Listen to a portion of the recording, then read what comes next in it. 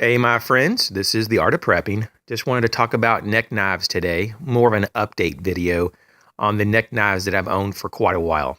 And I own a lot of neck knives, actually. I just pulled out these three just to kind of have a talking point. Um, there's a lot of questions I get sometimes about brands and models and things and what I recommend and don't recommend. And really, it's a personal preference that goes pretty deep. And it's something that I really can't just spell out for you. Now, there are some brands like this M-Tech that you have seen probably plastered all over Amazon. And you may be saying to yourself, man, it looks nice. And it actually does. It's not that bad, in terms of looks. But when you're actually trying to use it in a practical sense for utility cutting or maybe some type of bushcraft job, that you find yourself really struggling to make it work well. And it's not very comfortable. Let me see this forward choll right here. Let me just do this. See how small that is?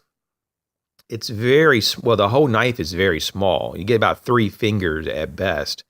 But that's not so much the problem. It's just this forward choll is so small, it kind of doesn't feel right.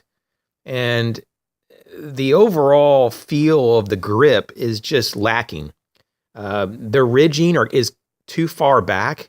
It needs to be probably up here because most people's thumbs aren't going to rest up here and they're not going to rest just like back here unless you really choke back on it, which is unnatural.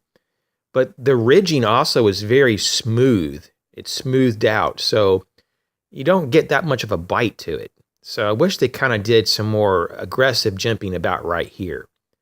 In terms of the thickness, you can see how thin this is, and it's hard really to kind of grab it.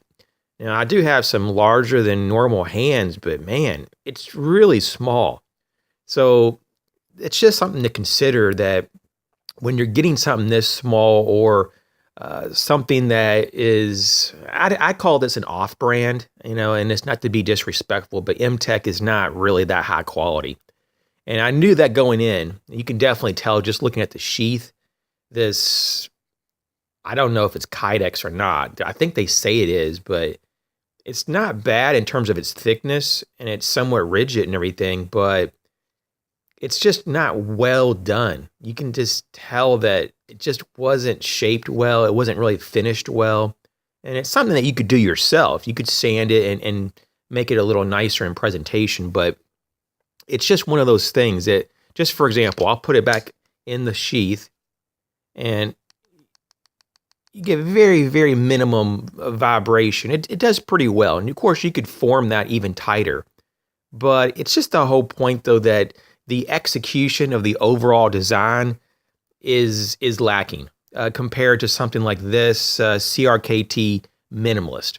And I have lots of different variations. These are just 2 that I pulled out that I have to say have much, much better overall ergonomics. I mean, just look at how this, man, it just feels perfect.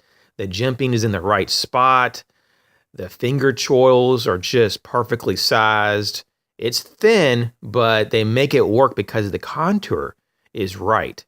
And just to kind of put this in contrast to this M-Tech. And this M-Tech is model MT-20-30. And you can just kind of see here. In fact, I'll roll it over and just show you that forward choil. Look how big of a difference it is comparatively. And you get a lot of a better control and a lot more usability with this CRKT.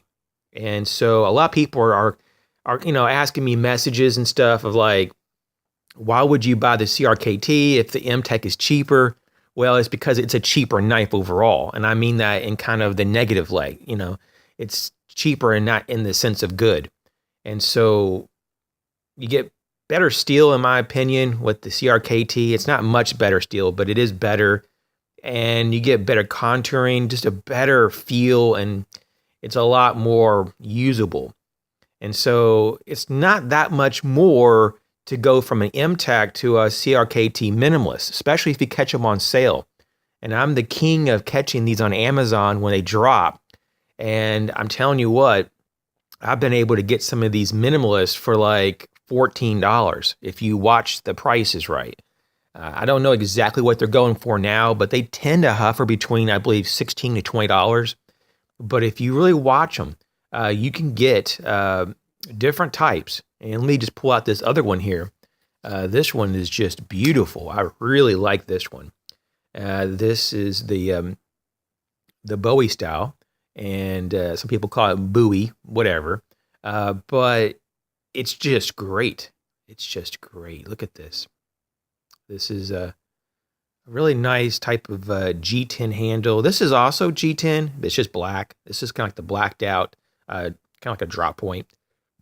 But yeah, these are just wonderful. And in comparison to this M-Tech, there's just a huge difference for literally just a few more dollars. Just a huge difference in fit and finish, overall quality, just purchase in your hand. It's just controllability.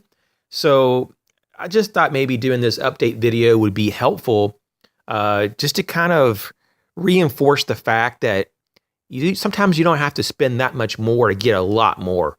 And, they give you real parachute cord and I believe this is a thermoplastic sheath. I don't think it's Kydex, the CRKT's in, but it's very form-fitting. There is no rattle. It's just much higher quality. And let me just to show you kind of more side by side, you can just tell there's more quality in this CRKT. And at least in person, you can definitely tell.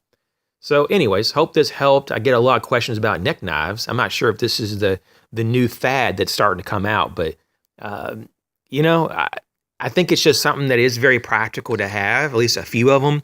And I can't say that I actually use my neck knife every day or I wear it every day, but it is nice to have a few that you can put in your rotation because it's something that's so non-intrusive. Even if you wear, pants or trousers that don't even have pockets, you can still have a knife on you that's very readily available. And this is something that you can't say with a lot of knife designs. Unless you want to tuck it, like a folding knife, for example, with a pocket clip inside the waistband, you could do that. I do that a lot. But if you want the ultimate comfort and nothing sticking you on your side or nothing digging into your waistband, this is a pretty good way to go. The neck knife, especially if it's like an ounce or two, like these, you really don't feel it around your neck. You can keep it under a shirt. It's not going to bounce around. And one more thing about that M-Tech, it's very difficult to sharpen that. The secondary bevel is just horrible. It's pretty much, in my opinion, too shallow. You may see a nice shine to it or a reflection. That's because I worked on this for a couple hours with a ceramic stone. I probably just should have went right to a diamond stone, but I didn't want to tear it up because it's very soft steel. On the back here, it says that it's 440 stainless, so it's a very soft steel. I didn't want to tear it up. So it's okay now, but I had to work on it. And that's going to be in high contrast to the CRKT Minimalist. They're good right out of the box. So for what it's worth, this is my thoughts for 2018 of March, early part of March. And hey, thanks for your ongoing support. I really do appreciate everyone that uses the links in the description box. Recently, I've had a handful of people that went on some shopping sprees and that allowed me to get the commission, and that really helped. And I don't know who you were exactly. I have a few ideas, but I really, really do appreciate it. These individuals bought everything from lounge chairs to office furniture. I mean, they literally went on a shopping spree, and it really, really helped me out because there's been a kind of a slow point recently on people using the links, and I'm not sure if just because sometimes I forget to include the links, but that does help me. And I get anywhere from a 1% commission all the way up to 9%, depending on the category on Amazon. And so it does add up. I really do appreciate that. And also stand by in the very near future, I'm going to have my book announcement. My first paperback book is coming out very soon. I get my author's copy tomorrow. I'm very excited about this. I just want to thank you guys for sticking with me on the channel. We've had some ups and downs in terms of just some problems, even recently with and I haven't gone public with this, but YouTube almost got rid of my channel. I had several strikes, and I was able to get a few of them off. I think a lot of people had that problem. It's not just me, but it was a little worrisome, though. I was a bit freaked out because of all the work that we put into developing this community. These videos kind of branch out and connect people, and I was really worried that YouTube was going to just stomp that out. And so I don't know. It's kind of scary in some ways that things are that fragile, that just in a matter of hours you can get a notification saying that it's very plausible in the near future that your channel will be deleted, even though you know that you did nothing wrong. And so this is kind of the battle that people are kind of dealing with when it comes to YouTube and other censorships with other different types of platforms.